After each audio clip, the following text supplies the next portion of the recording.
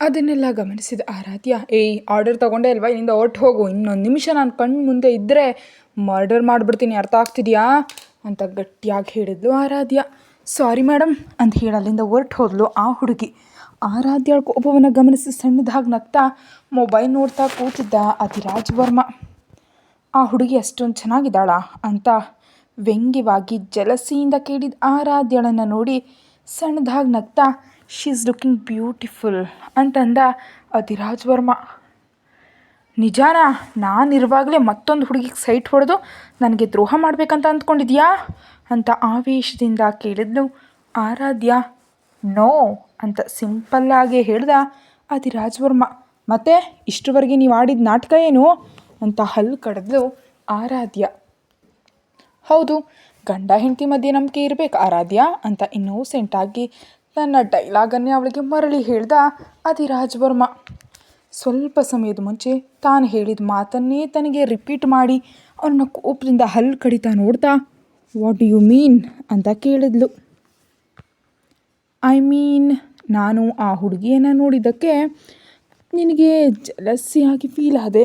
ಅಂಥದ್ರಲ್ಲಿ ನೀನು ಯಾರೊಂದಿಗಾದರೂ ಮಾತಾಡ್ತಿದ್ರೆ ನನಗೆ ಹೇಗಿರುತ್ತೆ ಅಂತ ಲಾಜಿಕಲ್ ಆಗಿ ಕೇಳ್ದ ಅಧಿರಾಜ್ ವರ್ಮ. ಅವನ ಲಾಜಿಕ್ಗೆ ಶಾಕ್ ಆಗ್ತಾ, ನಿಮಗೆ ಮೇಲ್ ಪರ್ಸನ್ಸ್ ಜೊತೆ ಮಾತ್ರ ಅಲ್ಲ, ಮೇಲ್ ಡಾಗ್ಸ್ ಜೊತೆಯೂ ಪ್ರಾಬ್ಲಮ್ ಅಲ್ವಾ? ಆದರೂ ನಿಜಕ್ಕೂ ನಾನೇನಾದರೂ ಅಂತ ಉರಿದ್ಕೊಳ್ತಾ ಅಂದ್ಲು ಆರಾಧ್ಯ. ಈಗಂದೆ ಅಲ್ವಾ ಅಂತ ಟೀಸಿಂಗಾಗಿ ನಗ್ತಿರೋ ಅಧಿರಾಜ್ ವರ್ಮನನ್ನು ನೋಡಿ, ಹಸಿರಿಗೆ ಇದೆಲ್ಲ ಬೇಕಂತಾನೆ ಮಾಡ್ತಿದ್ಯಾ ಅಲ್ವಾ? ಆದರೂ ನನ್ನ ಹಸ್ಬೆಂಡ್ ನನ್ನ ಮನಸ್ಸಿಗೆ ಇಷ್ಟ ಬಂದ ಹಾಗಿರಬೇಕು ಅಂದ್ಕೊಳ್ಳೋದು ತಪ್ಪ ಅಂತ ಅಮಾಯಕವಾಗಿ ಕಣ್ರೆಪ್ಪೆ ಬಡಿತಾ ಹೇಳಿದ್ಲು ಆರಾಧ್ಯ. ಎಸ್, ತಪ್ಪೇ. ನನಗೆ ಮಾತ್ರ ನಾನು ಇಷ್ಟ ಬಂದ ಹಾಗಿರೋದಕ್ಕೆ ರೈಟ್ಸ್ ಇದೆ, ನಿನಗೆ ಇಲ್ಲ ಅಂತ ತಾಳ್ಮೆಯಿಂದ ಅಂದ ಅಧಿರಾಜ್ ವರ್ಮ.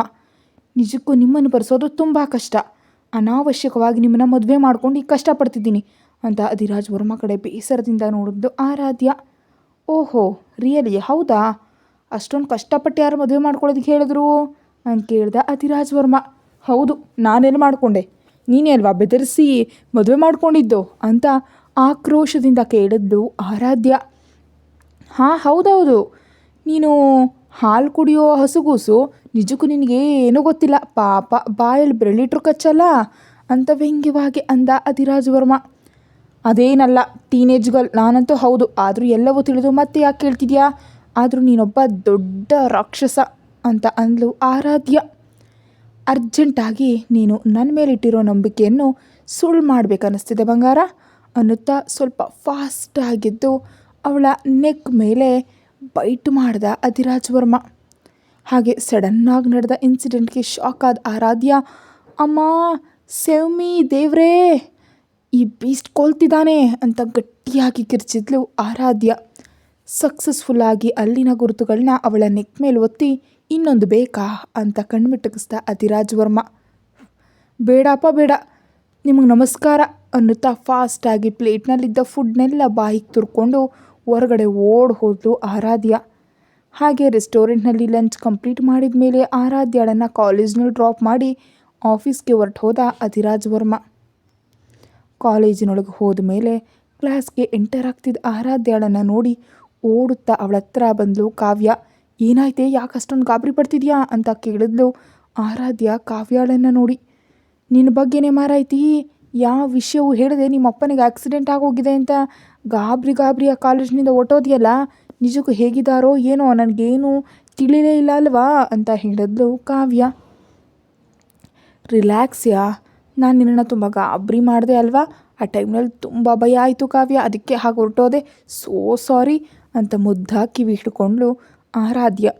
ಇಡಿಯಟ್, ಇಂಥ ವೇಷಗಳಿಗೇನು ಕಮ್ಮಿ ಇಲ್ಲ. ಸರಿ ಇರಲಿ, ನಿಮ್ಮ ಡ್ಯಾಡಿಗೆ ಹೇಗಿದೆ ಅಂತ ಕೇಳಿದ್ಲು ಕಾವ್ಯ. ಈಗ ಚೆನ್ನಾಗಿದ್ದಾರೆ, ಔಟ್ ಆಫ್ ಡೇಂಜರ್ ಅಂತ ರಿಲ್ಯಾಕ್ಸ್ ಆಗಿ ಹೇಳಿದ್ಲು ಆರಾಧ್ಯ. ಸರಿ ಇರಲಿ, ಇವತ್ತು ಹೋಗೋ ಗಡಿಬಿಡಿಯಲ್ಲಿ ನೀನು ಮೊಬೈಲಲ್ಲೇ ಬಿಟ್ಟು ಹೋಗಿದೆ, ತಗೋ ಅನ್ನುತ್ತಾ ಆರಾಧ್ಯಳ ಮೊಬೈಲನ್ನು ಅವಳ ಕೈಯಲ್ಲೇ ಇಟ್ಲು ಕಾವ್ಯ. ತುಂಬ ಥ್ಯಾಂಕ್ಸ್ ಡಾರ್ಲಿಂಗ್ ಅನ್ನುತ್ತಾ ಮೊಬೈಲ್ ಚೆಕ್ ಮಾಡಿದ ಆರಾಧ್ಯಗೆ ಲಾಸ್ಟ್ ಕಾಲ್ ಅಧಿರಾಜ್ ವರ್ಮಾಗೆ ಮಾಡಿದ ಹಾಗಿರೋದನ್ನ ನೋಡಿ ಕಾವ್ಯಾಳ ಕಡೆ ಡೌಟಾಗಿ ನೋಡ್ತಾ, ನೀನು ಅಧಿರಾಜ್ ವರ್ಮಾಗೆ ಕಾಲ್ ಮಾಡಿದ್ದಾ ಅಂತ ಕೇಳಿದ್ಲು ಆರಾಧ್ಯ. ಹೌದೇ, ನಿನ್ನ ಸಿಚುಯೇಷನ್ ನೋಡಿ ಗಾಬರಿ ಅನ್ನಿಸ್ತು, ಅದಕ್ಕೆ ಅಧಿರಾಜ್ ವರ್ಮಾಗೆ ಕಾಲ್ ಮಾಡಿದೆ. ಯಾರೋ ಅವನ ಅಸಿಸ್ಟೆಂಟ್ ದಾಸು ಅಂತೆ ಅವರ ಕಾಲ್ ಲಿಫ್ಟ್ ಮಾಡಿದ್ರು. ಅವರಿಗೆ ವಿಷಯ ಪೂರ್ತಿ ಹೇಳಿದೆ. ಅದಕ್ಕೆ ಕಾವ್ಯ ಅಪರೂಪಕ್ಕೊಮ್ಮೆ ನಿನ್ನ ಬುದ್ಧಿ ಕೂಡ ತುಂಬ ಶಾರ್ಪ್ ಆಗುತ್ತೆ ಡಾರ್ಲಿಂಗ್ ಅನ್ನುತ್ತಾ ಕಾವ್ಯಳನ್ನು ನೋಡಿ ತರಲೆಯಾಗಿ ನಕ್ಕಿದ್ಲು ಆರಾಧ್ಯ. ಹೋಗೆ, ನಿನಗೆ ಪ್ರತಿಯೊಂದು ಜೋಕ್ ಥರನೇ ಇರುತ್ತೆ.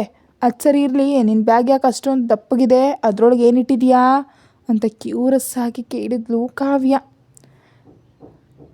ಅಯ್ಯೋ ನಿನ್ನ ಮುಖ, ಬುಕ್ಸ್ ಬಿಟ್ಟು ಇನ್ನೇನಿರುತ್ತೆ ಅನ್ನುತ್ತಾ ಬ್ಯಾಗ್ ಓಪನ್ ಮಾಡಿದ ಆರಾಧ್ಯಾಗೆ ಒಳಗಡೆ ಕ್ಯಾಂಡಿ ಹಾಗೂ ಚಾಕ್ಲೇಟ್ಗಳು ಕಾಣಿಸಿ ಸೂಪರ್ ಮಾರ್ಕೆಟ್ ಇನ್ಸಿಡೆಂಟ್ ನೆನಪಾಯಿತು.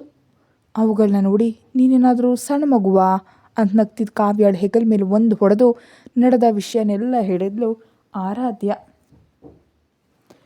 ಇಷ್ಟೆಲ್ಲ ನಡೆದಿದ್ಯಾ, ನಿನ್ನ ಮೇಲೆ ಅಷ್ಟೊಂದು ಹಾಗೆ ಯಾರಿಗಿದ್ಯಪ್ಪ ಮಾರಾಯ್ತಿ ಅಂತ ಗಾಬರಿಯಿಂದ ಕೇಳಿದ್ಲು ಕಾವ್ಯ.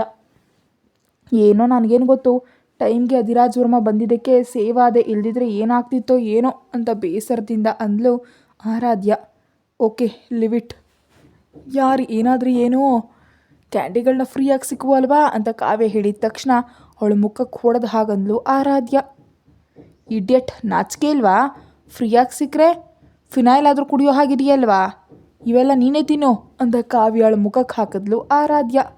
ನನಗ್ಯಾಕೆ ತಾಯಿ ಅಂತ ಬಂಪರ್ ಆಫರ್, ನೀನೇ ಇಟ್ಕೋ, ಈ ಕ್ಯಾಂಡಿಗಳನ್ನೆಲ್ಲ ನೀನೇ ತಿನ್ನು ಅಂತ ಅವುಗಳನ್ನ ಮತ್ತೆ ಆರಾಧ್ಯಳ ಬ್ಯಾಗ್ ಒಳಗೆ ಹಾಕ್ತಾ, ನೀನು ತುಂಬ ಲಕ್ಕಿ ಆರಾಧ್ಯ.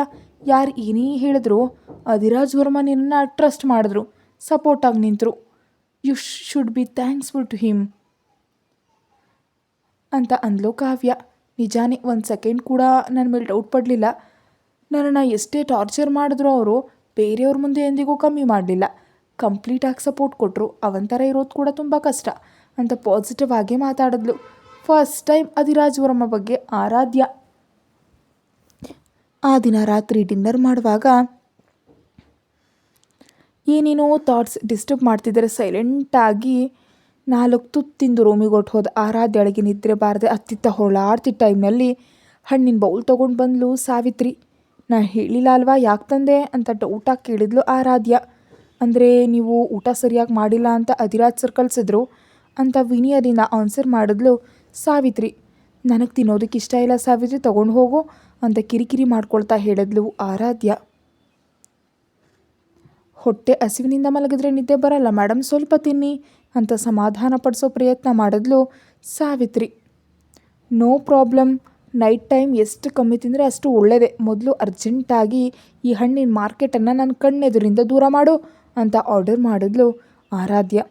ಸರಿ ಸರಿ ಮೇಡಮ್, ನಿಮ್ಮ ಇಷ್ಟ, ಏನಾದರೂ ಅವಶ್ಯಕತೆ ಇದ್ದರೆ ನನ್ನ ಕರೀರಿ ಅಂತ ಹೇಳಿ ಅಲ್ಲಿಂದ ಹೊರಟು ಹೋದ್ಲು ಸಾವಿತ್ರಿ. ಅವಳು ಹೋದ ಅರ್ಧ ಗಂಟೆಗೆ ಹೊಟ್ಟೆಯೊಳಗಿನ ಕರುಳುಗಳು ಹಸಿವಿಗೆ ವಿಚಿತ್ರ ವಿಚಿತ್ರ ಸೌಂಡ್ ಮಾಡ್ತಿರೋದು ನೋಡಿ, ದೇವ್ರೇ ಇಷ್ಟೊಂದು ಹಸುವಾಗ್ತಿದೆಯಲ್ಲ ಯಾಕೆ? ಸಾವಿತ್ರಿ ಹಣ್ಣುಗಳನ್ನ ತಂದರೆ ಬಾಯಿ ಮುಚ್ಕೊಂಡು ತಿಂದೆ ಪೋಸ್ ಕೊಟ್ಟು ಹೊರಗೆ ಕಳಿಸ್ತೆ ಅಲ್ವಾ, ಇನ್ನು ಈ ರಾತ್ರಿಗೆ ಅಡ್ಜಸ್ಟ್ ಆಗೋದೆ ಅಂತ ಅಂದ್ಕೊಳ್ತಾ ಕಣ್ಣು ಮುಚ್ಚಿ ನಿದ್ರಿಸೋದಕ್ಕೆ ಟ್ರೈ ಮಾಡಿದ್ಲು. ಸ್ವಲ್ಪ ಹೊತ್ತಿಗೆ ಹಸಿವು ಇನ್ನೂ ಹೆಚ್ಚಾಗೋದ್ರಿಂದ ಕೆಳಗೆ ಹೋಗಿ ಏನಾದರೂ ತಿನ್ನೋಣ ಅಂತ ಬೆಕ್ಕಿನ ಥರ ಒಂದೊಂದೇ ಹೆಜ್ಜೆ ಸೈಲೆಂಟಾಗಿಡ್ತಾ ಕಿಚನ್ ಒಳಗೆ ಹೋದ್ಲು ಆರಾಧ್ಯ. ಫ್ರಿಡ್ಜ್ನಲ್ಲಿದ್ದ ಪೇಸ್ಟಿ ಹೊರಗೆ ತೆಗೆದು ಒಂದೇ ಒಂದು ಬೈಟು ತಿಂದಿದ್ಲೋ ಇಲ್ವೋ. ವಿಚಿತ್ರವಾಗಿ ಫ್ರಿಡ್ಜ್ನಿಂದ ಕೇಕ್ ತೊಗೊಂಡು ತಿಂತಿರೋ ಅಕ್ಕಳ್ಬೇಕು ಯಾರು ಅಂತ ಗಂಭೀರವಾದ ವಾಯ್ಸ್ ಧ್ವನಿ ಕೇಳಿಸ್ತು. ಆ ಧ್ವನಿ ಓನರ್ ಯಾರಂತ ತಿರುಗಿದ ಆರಾಧ್ಯಾಗೆ ಕಿಚನ್ ಎಂಟ್ರೆನ್ಸ್ನಲ್ಲಿ ಕಾಣಿಸ್ತಾ ಅಧಿರಾಜ್. ಆದ್ದರಿಂದ ಗಾಬರಿ ಪಡ್ತಾ ನನ್ನ ಹೆಸರು ಆರಾಧ್ಯ, ಕಳಬೇಕಲ್ಲ ಅಂತ ಆಕ್ರೋಶದಿಂದ ಆನ್ಸರ್ ಮಾಡಿದ್ಲು ಆರಾಧ್ಯ. ಅರ್ಧ ರಾತ್ರಿ ಕಿಚನಲ್ಲಿ ಸೀಕ್ರೆಟಾಗಿ ತಿನ್ನೋರನ್ನು ನಮ್ಮೂರಲ್ಲಿ ಹಾಗೆ ಕರೆಯೋದು ಬಿಡು ಅಂತ ವ್ಯಂಗ್ಯವಾಗಿ ಅಂದ ಅಧಿರಾಜ್ ವರ್ಮ. ನಿದ್ರೆ ಬರದೆ ವರ್ಕ್ ಮಾಡ್ತಿದ್ರೆ ಈ ಪೇಸ್ಟ್ರಿ ಏನೋ ಬಾ ಬಾ ಅಂತ ಕರಿತಿತ್ತು, ಪಾಪ ತಿಂದಿದ್ದರೆ ಬೇಸರ ಮಾಡ್ಕೊಳುತ್ತೆ ಅಂತ ಏನೋ ಸ್ವಲ್ಪ ಟೇಸ್ಟ್ ಮಾಡಿದೆ ಅಷ್ಟೇ ಅಧಿರಾಜ್ ಅಂತ ಹಲ್ಕಿರಿದ್ಲು ಆರಾಧ್ಯ. ಓಹೋ ರಿಯಲಿ ಅಂತ ಅನ್ನುತ್ತಾ ಕೇಕ್ ಮೇಲಿದ್ದ ಚೆರ್ರಿಯನ್ನು ತೆಗೆದು ಅವನು ಆರಾಧ್ಯಳ ತುಟಿಗಳ ಪಕ್ಕದಲ್ಲಿಟ್ಟು, ಈ ಎರಡು ಒಂದೇ ಥರ ಇವೆ ಅಂತ ಇಂಟೆನ್ಸ್ ಆಗಂತಿರೋ ಅಧಿರಾಜ್ ವರ್ಮ ಮಾತುಗಳಿಗೆ ನಾಚಿಕೆ ಪಡ್ತಾ, ಆ ಚೆರ್ರಿ ನಂದು ಕೊಡಿ ಅಂತ ಕೈ ಚಾಚಿದ್ಲು ಆರಾಧ್ಯ. ಕ್ಷಣವೇ ಆ ಚೆರ್ರಿಯನ್ನು ತನ್ನ ಲಿಪ್ಸ್ ಮಧ್ಯೆ ಇಟ್ಕೊಂಡು ತಗೋ ಅನ್ನೋ ಹಾಗೆ ಆರಾಧ್ಯಾಗೆ ಸೈನ್ ಮಾಡ್ದ ಅಧಿರಾಜ್ ವರ್ಮ. ಇದು ಚೀಟಿಂಗ್, ನನಗೇನು ಬೇಡ, ನನ್ನ ಚೆರ್ರಿಯನ್ನು ನೀನೇ ತಿಂದುಬಿಡು ಅಂತಿರೋ ಆರಾಧ್ಯಳ ಮಾತು ಕಂಪ್ಲೀಟ್ ಆಗೋ ಮುನ್ನವೇ ಅಧಿರಾಜ್ ವರ್ಮ ತುಟಿಗಳ ಮಧ್ಯೆ ಇದ್ದ ಚೆರ್ರಿ ಆರಾಧ್ಯಳ ಬಾಯಿಯೊಳಗೆ ಬಂದುಬಿಡ್ತು. ಅಸಲಿಗೆ ಈಗ ನೀನು ಏನು ಮಾಡಿದೆ ಅಂತ ಶಾಕಿಂಗಾಗಿ ಕೇಳ್ತಾ ನೋಡಿದ್ಲು ಆರಾಧ್ಯ ಅಧಿರಾಜ್ ವರ್ಮನ್ ಕಡೆ. ಏನಿದೆ ಚರ್ರಿ ತಿನ್ನಿಸ್ತೆ ಅಂತಿರೋ ಅಧಿರಾಜ್ ವರ್ಮ ಕಡೆ ಕಿರು ಕೋಪದಿಂದ ನೋಡ್ತಾ, ನಿಜಕ್ಕೂ ಯಾರಾದರೂ ಹೀಗೆ ತಿನ್ನಿಸ್ತಾರಾ ಅಂತ ಕೇಳಿದ್ಲು ಆರಾಧ್ಯ. ಮುದ್ದಾಗಿದ್ದ ಆರಾಧ್ಯಳನ್ನೇ ಮುದ್ದಾಗಿ ನೋಡ್ತಾ ಕಿಚನ್ ಪ್ಲ್ಯಾಟ್ಫಾರ್ಮ್ ಮೇಲೆ ಕೂರಿಸಿ ಕೇಕ್ ತಿನ್ನಿಸೋದನ್ನು ಸ್ಟಾರ್ಟ್ ಮಾಡ್ದ ಅಧಿರಾಜ್ ವರ್ಮ. ನಾನು ತಿಂತೀನಿ ಹೀಗೆ ಕೊಡು ಅಂತ ಕೇಳ್ತಿದ್ದ ಆರಾಧ್ಯಳ ಮಾತನ್ನು ಲೆಕ್ಕಿಸ್ಕೊಡ್ದೆ ಕಂಪ್ಲೀಟಾಗಿ ತಿನ್ನಿಸಿ ಒಂದು ಗ್ಲಾಸ್ ಮಿಲ್ಕ್ ಕೂಡ ಕುಡಿಸಿ ಆಮೇಲೆ ಬಿಟ್ಟ ಅಧಿರಾಜ್ ವರ್ಮ. ಅಷ್ಟರವರೆಗೆ ಸೈಲೆಂಟಾಗಿದ್ದ ಆರಾಧ್ಯ, ಯಾಕಿದೆಲ್ಲ ಮಾಡ್ತಿದ್ಯಾ ಅಂತ ಸಣ್ಣ ಧ್ವನಿಯಲ್ಲಿ ಕೇಳಿದ್ಲು. ನನಗನ್ನಿಸ್ತು ಮಾಡಿದೆ, ದಟ್ಸ್ ಇಟ್ ಅಂತ ಸಿಂಪಲ್ಲಾಗಿ ಆನ್ಸರ್ ಮಾಡ್ದ ಅಧಿರಾಜ್ ವರ್ಮ. ಅವನ ಮಾತುಗಳು ಆರಾಧ್ಯಳ ಮನಸ್ಸಿನಲ್ಲಿ ತಿಳಿಯದ ಅಳಲನ್ನು ಉಂಟು ಮಾಡ್ತಿದ್ರೆ ತನ್ನಂತಾನು ಕಂಟ್ರೋಲ್ ಮಾಡಿಕೊಳ್ಳಲಾಗದೆ ಒಂದೇ ಬಾರಿಗೆ ಅಧಿರಾಜ್ ವರ್ಮ ಕಾಲರ್ ಹಿಡಿದು ಹತ್ರ ಕೆಳ್ಕೊಂಡು ಗಟ್ಟಿಯಾಗಿ ಹಗ್ ಮಾಡಿಕೊಂಡ್ಳು ಆರಾಧ್ಯ. ಏನೋ ಒಂದು ಫೀಲಿಂಗ್ ಶರೀರವನ್ನು ಸಿಹಿಯಾಗಿ ಆವರಿಸ್ಕೊಳ್ತಿದ್ರೆ ತನಗೆ ತಿಳಿಯದೆಯೇ ತನ್ನ ತುಟಿಗಳನ್ನ ಅಧಿರಾಜ್ ವರ್ಮ ತುಟಿಗಳಿಗೆ ಹತ್ತಿರವಾಗಿ ತೆಗೆದುಕೊಂಡು ಹೋಗಿ ಇಂಚು ಗ್ಯಾಪ್ನಲ್ಲಿ ನಿಲ್ಲಿಸಿ ತನ್ಮತೆಯಿಂದ ಕಣ್ಣು ಮುಚ್ಕೊಂಡ್ಳು. ಇಂಥ ಹೊತ್ತಿಗೆ ಅವನಿಂದ ರೆಸ್ಪಾನ್ಸ್ ಬರದೇ ಇದ್ದಾಗ ಕಣ್ಣು ತೆರೆದ ಆರಾಧ್ಯಾಗೆ ತನ್ನ ತರಲಿಯಾಗಿ ನೋಡ್ತಿರೋದು ಕಾಣಿಸ್ತಾ ಅಧಿರಾಜ್.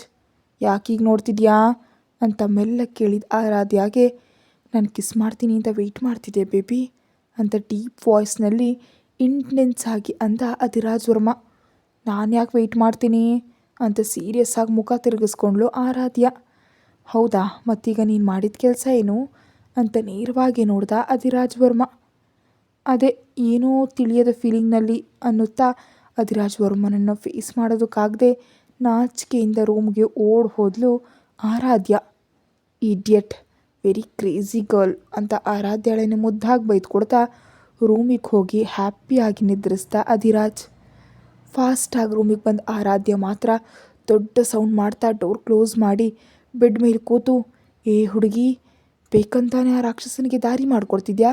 ಅಡ್ವಾಂಟೇಜ್ ತೆಗೆದುಕೊಂಡ್ರೆ ಏನು ಮಾಡ್ತೀಯಾ ಹುಚ್ಚಿ ಅಂತ ತನ್ನನ್ನು ತಾನು ಬೈದ್ಕೊಡ್ತಾ ಸ್ವಲ್ಪ ಹೊತ್ತಿಗೆ ನಿದ್ರೆಗೆ ಜಾರದ್ಲು ಆರಾಧ್ಯ.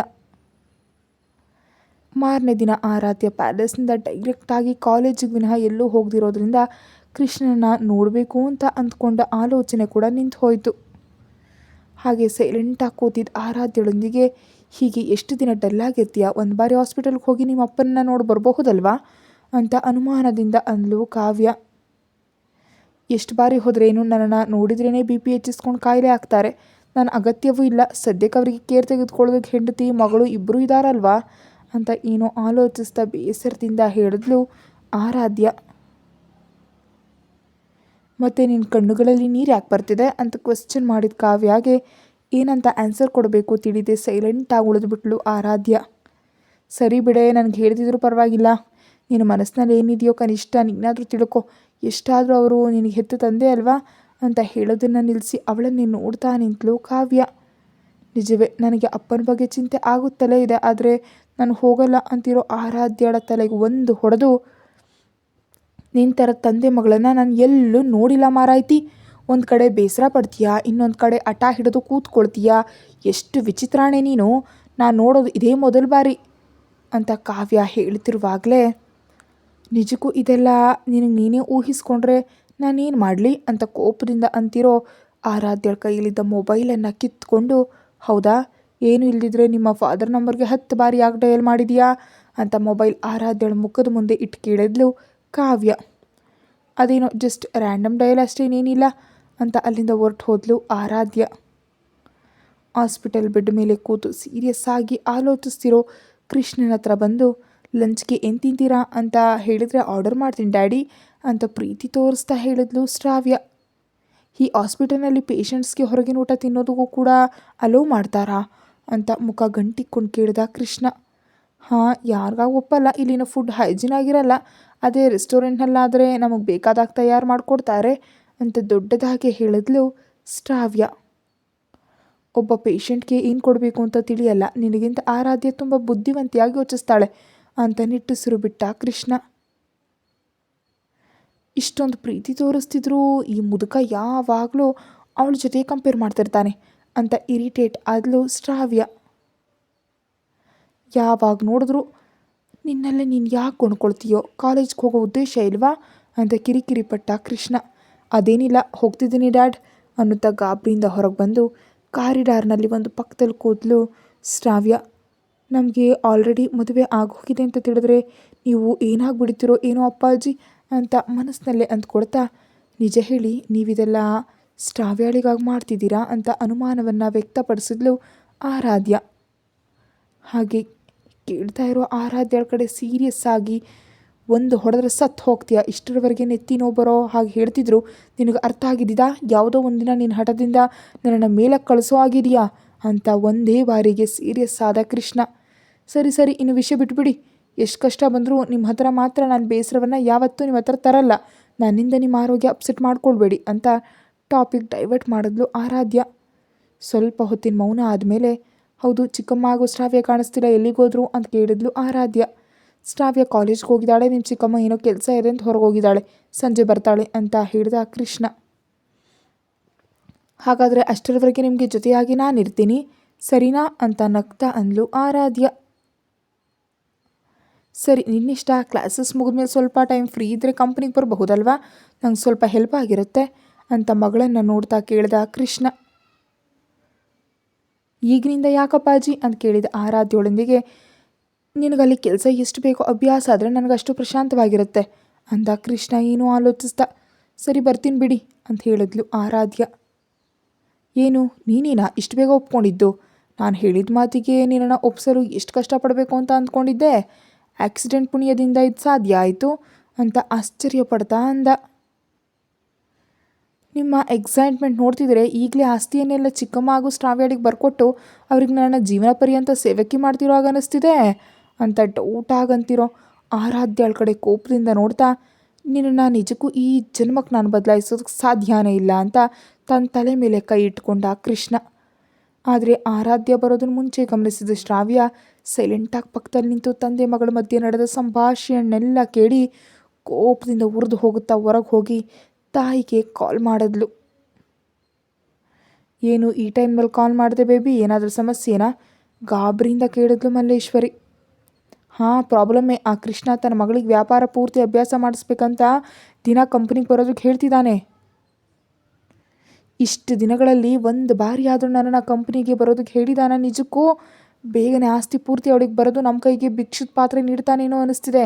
ಬೇಗ ಏನಾದರೂ ಒಂದು ಮಾಡು ಮಮ್ಮಿ ಅಂತ ಮಲ್ಲೇಶ್ವರಿನ ಗಡಿಬಿಡಿ ಮಾಡಿದ್ಲು ಶ್ರಾವ್ಯ. ತಡಿ ಮಗಳೇ, ನಾನು ಏನಾದರೂ ಒಂದು ಮಾಡ್ತೀನಿ, ನೀನು ನಿಜಕ್ಕೂ ಗಾಬರಿ ಪಡಬೇಡ ಅಂತ ಕೂಲಾಗಿ ಹೇಳಿದ್ಲು ಮಲ್ಲೇಶ್ವರಿ. ಫಾಸ್ಟಾಗಿ ನಿರ್ಧಾರ ತಗೋ, ಇಲ್ದಿದ್ರೆ ಜೀವನ ಪರ್ಯಂತ ಕಷ್ಟಪಟ್ಟು ನಿಲ್ಲಿಸಿದ ಬಿಸ್ನೆಸ್ಸನ್ನು ಸ್ವಂತ ಮಗಳನ್ನ ಬಿಟ್ಟು ನನಗೇನಾದರೂ ಕೊಡ್ತಾನೆ ಅಂತ ಅಂದ್ಕೊಂಡಿದ್ಯಾ ಏನು? ಲೇಟ್ ಮಾಡಿದ್ರೆ ಇಷ್ಟು ದಿನದಿಂದ ನಾವು ಮಾಡಿದ ಪ್ಲ್ಯಾನ್ಸ್ಗಳೆಲ್ಲ ವೇಸ್ಟ್ ಆಗಿ ಹೋಗುತ್ತವೆ. ಇನ್ನು ಏನು ಮಾಡ್ತೀಯೋ ಏನೋ ನಿನ್ನಿಷ್ಟ ಅಂತ ಕೋಪದಿಂದ ಕಾಲ್ ಕಟ್ ಮಾಡಿದ್ಲು ಶ್ರಾವ್ಯ. ಸಂಜೆವರೆಗೆ ಕೃಷ್ಣನೊಂದಿಗಿದ್ದು ಕ್ಯಾಬ್ ಮಾಡಿಕೊಂಡು ಪ್ಯಾಲೇಸ್ಗೆ ರೀಚ್ ಆದ ಆರಾಧ್ಯಗೆ ದಾರಿಯಲ್ಲಿ ಸೂಪರ್ ಮಾರ್ಕೆಟ್ ಕಾಣಿಸಿ ನಡೆದ ಅವಮಾನ ನೆನಪಿಗೆ ಬಂತು. ಆಲೋಚನೆಯಿಂದಲೇ ಬೇಸರ ಪಡ್ತಾ ಪ್ಯಾಲೇಸ್ಗೆ ಬಂದ ಅವಳಿಗೆ ಸೋಫಾದಲ್ಲಿ ಕೂತು ಟಿ ವಿ ನೋಡ್ತಾ ಅಧಿರಾಜ್ ವರ್ಮ ಕಾಣಿಸ್ದ. ವಾವ್ ಎಂಥ ಆಶ್ಚರ್ಯ, ಏನಪ್ಪ ವಿಷಯ, ಈ ದಿನ ಇಷ್ಟು ಬೇಗ ಬಂದುಬಿಟ್ಟಿದ್ಯಾ ಅಂತ ಕೇಳಿದ್ಲು ಆರಾಧ್ಯ ಎಕ್ಸೈಟ್ ಆಗ್ತಾ. ಈವ್ನಿಂಗ್ ಕ್ಲಾಸಸ್ ಇಲ್ಲ ಅಂತ ಹೇಳಿದೆ ಅಲ್ವಾ, ಅದಕ್ಕೆ ಫಾಸ್ಟಾಗಿ ಬಂದೆ, ನಿನಗಾಗಿ ವೆಯ್ಟ್ ಮಾಡ್ತಿದ್ದೀನಿ ಅಂತ ಇಂಟೆನ್ಸ್ ವಾಯ್ಸ್ನಲ್ಲಿಂದ ಅಧಿರಾಜ್ ವರ್ಮ. ಆ ಮಾತುಗಳಿಗೆ ಆರಾಧ್ಯಳ ಹೃದಯದ ವೇಗ ಮತ್ತಷ್ಟು ಹೆಚ್ಚಾಯಿತು. ನನಗಾಗಿ ಯಾಕೆ ವೆಯ್ಟ್ ಮಾಡೋದು ಅಂತ ಕೇಳಿದ್ಲು ಆರಾಧ್ಯ. ಬಂದು ಹಗ್ ಮಾಡ್ಕೋಬೇಕಾ ಅಂತ ಆರ್ಡರ್ ಮಾಡ್ದ ಅಧಿರಾಜ್ ವರ್ಮ. ಅಧಿರಾಜ್ ವರ್ಮ ಮಾತುಗಳಿಗೆ ನಾಚಿಕೆ ಪಡ್ತಾ ಹತ್ತಿರ ಹೋದ ಆರಾಧ್ಯ ಅವನನ್ನು ಗಟ್ಟಿಯಾಗಿ ಅಪ್ ಮಾಡ್ಕೊಳ್ಳುತ್ತಲೇ ಇನ್ನೊಂದು ಕೈಯಿಂದ ಅವಳ ಸೊಂಟದ ಮೇಲೆ ಗಟ್ಟಿಯಾಗಿ ಚಿವುಡ್ತಾ ಅಧಿರಾಜ್ ವರ್ಮ. ಅಮ್ಮ ಯಾಕಿಷ್ಟು ಗಟ್ಟಿಯಾಗಿ ಚಿವುಟಿದ್ರಿ ಅಂತ ಕೇಳ್ತಾ, ಬಂದೆ ಅಲ್ವಾ ಅಂತ ಮುನಿಸಿನಿಂದ ಮುಖ ಇಟ್ಕೊಂಡ್ಲ ಆರಾಧ್ಯ. ನನ್ನ ಹೆಂಡತಿ ನನ್ನ ಇಷ್ಟ ಬಂದಾಗ ಮಾಡ್ತೀನಿ, ನಿನಗೆ ಬೇಕಿದ್ರೆ ನೀನು ಕೂಡ ಚಿವುಟು ಅಂತ ಅವಳನ್ನ ಮತ್ತಷ್ಟು ಗಟ್ಟಿಯಾಗಿ ಅಪ್ಕೊಂಡ ಅಧಿರಾಜ್ ವರ್ಮ. ಪಾಕೆಟ್ನಲ್ಲಿ ಮೊಬೈಲ್ ಆಗ ರಿಂಗ್ ಆಯಿತು. ಕತೆ ಮುಂದುವರಿಯುತ್ತೆ. ಹೆಚ್ಚಿನ ವೀಡಿಯೋಗಾಗಿ ಚಾನಲ್ಗೆ ಮೆಂಬರ್ಶಿಪ್ ತೊಗೊಂಡು ವಿಡಿಯೋ ಮೊದಲೇ ನೋಡಿ.